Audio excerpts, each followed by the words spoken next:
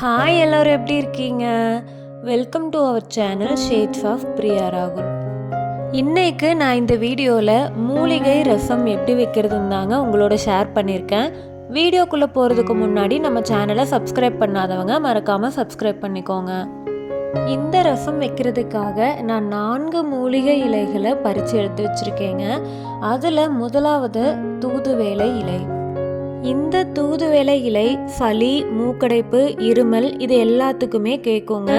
அது மட்டும் இல்லாமல் இது மெமரி பவர் இன்க்ரீஸ் பண்ணுறதுக்கும், நம்ம பிளட்டில் இருக்க red blood cells, white blood cells, அதாவது சிகப்பு அணுக்கள், வெள்ளை அணுக்கள் இது எல்லாத்தையுமே அதிகரிக்கிறதுக்கும் இது யூஸ்ஃபுல்லாக இருக்குங்க.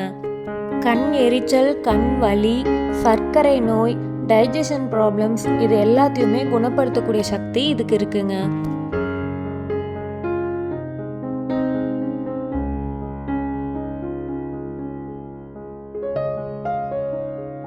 அடுத்ததாக நம்ம பார்க்க போகிறது வாதராசி இலை.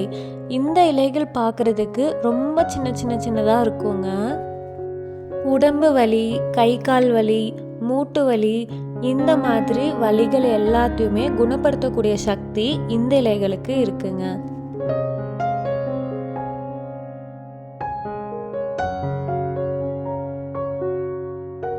மூன்றாவது மூலிகையாக நம்ம பார்க்க போகிறது மொசுக்கை இலை.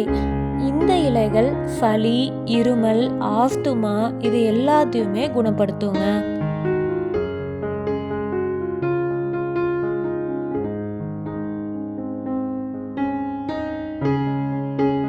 கடைசியாக நம்ம பார்க்க போகிற மூலிகை சின்னி இலை. இந்த இலை விஷக்கடிகளுக்கு கேட்குங்க. தேல், பூரான், தேனீக்கள், பூச்சிகள், வண்டுகள் இது எல்லாத்தோட விஷத்தன்மையும் முறிக்கக்கூடிய சக்தி இந்த இலைகளுக்கு இருக்குங்க.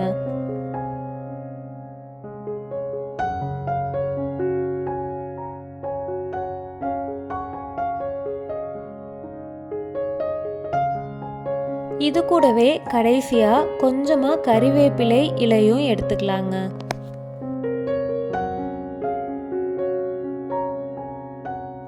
இப்போது நம்ம பறித்து வச்சுருக்க இலைகள் எல்லாத்தையுமே ஒரு பாத்திரத்தில் போட்டுட்டு கொஞ்சமாக எண்ணெய் விட்டு ஸ்டவ்வில் வச்சு லோ ஃப்ளேமில் வச்சு நல்லா வதக்கி விட்டுக்கோங்க. இப்போது ஒரு மிக்ஸி ஜார் எடுத்துட்டு அதில் 3 பல்லு பூண்டு, கொஞ்சமாக சீரகம், கொஞ்சமாக குறுமிளகு, அது கூடவே தனியாத்தூள் 1/2 ஸ்பூன் ஆட் பண்ணிக்கோங்க. கொஞ்சமாக பெருங்காய பொடி ஆட் பண்ணிக்கோங்க. இப்போ இந்த மிக்ஸி ஜாரில் நம்ம ஆல்ரெடி வதக்கி வச்சுருக்க இலைகள் எல்லாத்தையுமே சேர்த்துட்டு கொஞ்சமாக தண்ணி விட்டு நல்லா பேஸ்ட் மாதிரி அரைச்சி எடுத்துக்கலாங்க.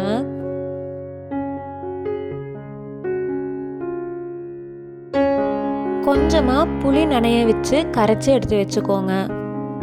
இப்போ ஒரு பாத்திரத்தை ஸ்டவ்வில் வச்சுட்டு கொஞ்சமாக எண்ணெய் விட்டு அதில் கடுகு, கறிவேப்பிலை, பச்சை மிளகாய் கொஞ்சமாக சேர்த்துக்கோங்க. அது கூடவே கொஞ்சமாக வெங்காயம் இது எல்லாத்தையுமே சேர்த்து நல்லா வதக்கி விட்டுக்கோங்க. வெங்காயம் நல்லா வதங்கி வந்ததுக்கப்புறமா நம்ம அரைச்சி வச்சுருக்க பேஸ்ட்டை இது கூட ஆட் பண்ணிக்கலாம். அது கூடவே நம்ம கரைச்சி வச்சுருக்க புளி கரைச்சலையும் இது கூட ஆட் பண்ணிக்கலாங்க. இதுக்கு தேவையான அளவு உப்பு ஆட் பண்ணிக்கோங்க. அது கூடவே கொஞ்சமாக துருவி வச்சுருக்க தேங்காவை ஆட் பண்ணிக்கோங்க. லைட்டாக ரசம் கொதித்து வரும்போது ஸ்டவ் ஆஃப் பண்ணிவிடுங்க. அவ்வளோதாங்க, நம்மளோட மூலிகை ரசம் ரெடி ஆயிடுச்சு. இது குழந்தைங்கள்லேருந்து எல்லாருமே சாப்பிட்லாங்க, ரொம்ப நல்லது. இந்த இலைகளில் எந்த இலைகள் கிடைச்சாவுமே நீங்கள் இந்த மாதிரி ரசம் வச்சு சாப்பிடுங்க, ரொம்ப நல்லதுங்க. இதே மாதிரி நிறைய இன்ட்ரெஸ்டிங்கான வீடியோஸ் பார்க்குறதுக்கு நம்ம சேனலை மறக்காமல் சப்ஸ்கிரைப் பண்ணிக்கோங்க.